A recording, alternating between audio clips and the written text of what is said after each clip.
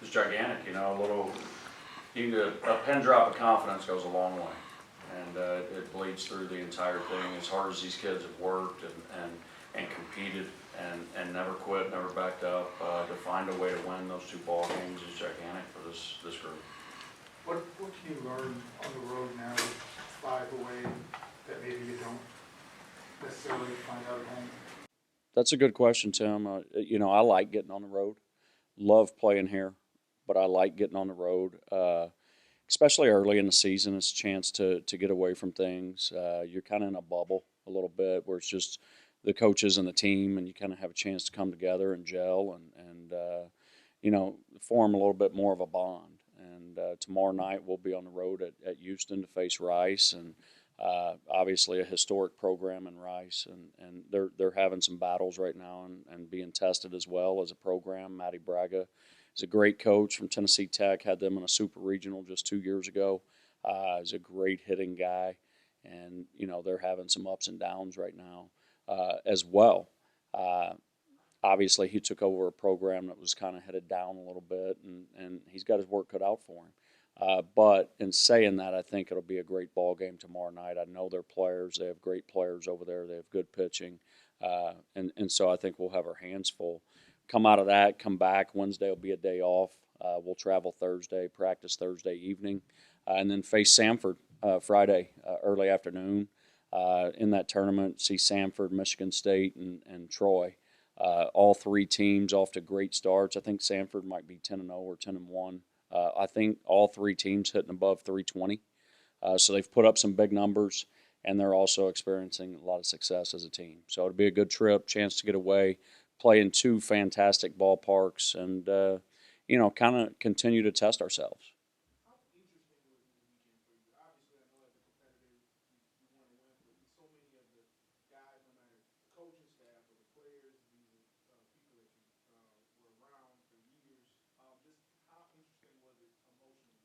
I'm glad it's over. I'll put it to you that way.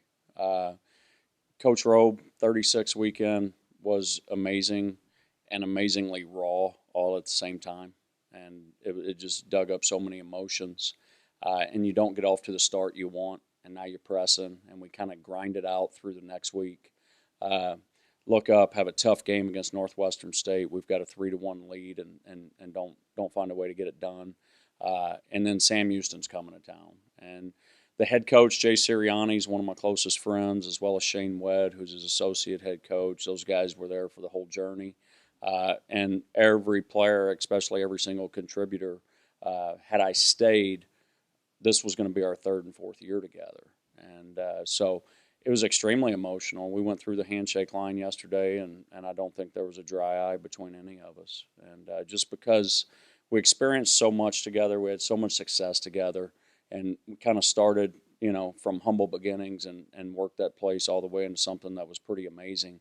And we just don't know when we're going to see each other again as well. And so it was very, very emotional. Win, lose, or draw. I'm glad that one's over.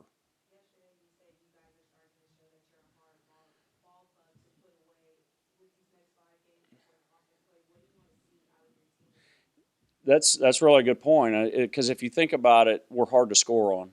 We defend extremely well on the grass and the dirt. We can really catch and throw from behind the dish. If we just start stringing ABs together and functioning together, which is what you saw yesterday. Yesterday is the first time I've seen us function inside of what I call the pack. And we did it in a couple, 2 or 3 different innings where it was fast, hard, loose. It was fun. And everybody was unafraid to crash and burn. We could score on command. And then the way Toro ended the ball game Saturday, that's pack baseball. That's fast, hard, and loose. The same kid that made that throw to pick the guy off at first made the same throw a week before that went down to the foul pole and allowed Virginia Tech to score a run. So he was, you know, he had no fear, wanted to make a big play, and we needed it. We talked about just find a way to win. The way we ended the ball game yesterday, same thing. Pitch out, catch it, throw it, finish the game. Let's go.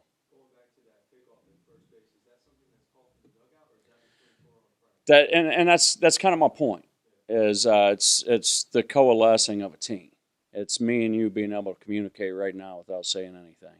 and that's what happened. There's no sign. It's just you know what's what, and this is about to go down, and that's how that happened.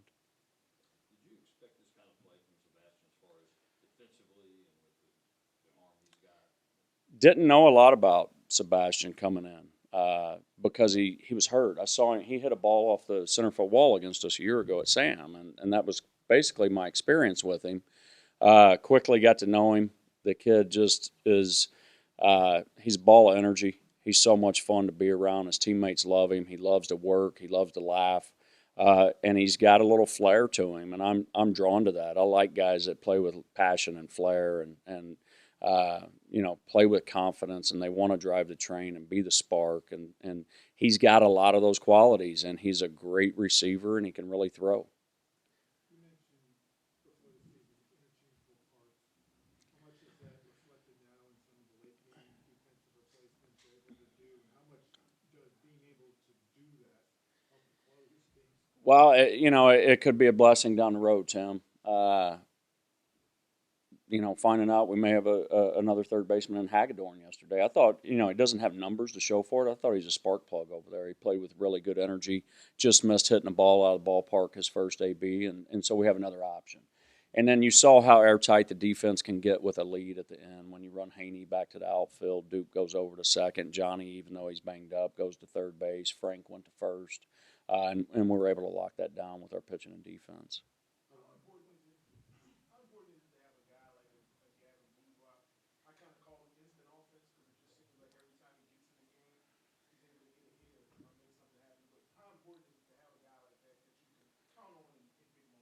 Well, he's reliable, and what you see is what you're going to get with Gavin, and you can't put a price on reliability. He's very consistent in the way he goes about his business. He understands who he is. It's no accident after Duke walked, he got hit. That's not an accident. He understands the game. He understands his job and his role and his duty and his function, and he's got a lot of experience under his belt.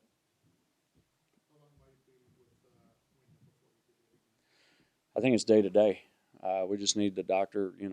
He's got to sign off on it, and he can play defense. The risk is getting hit again. Could be a big setback, not a minor one.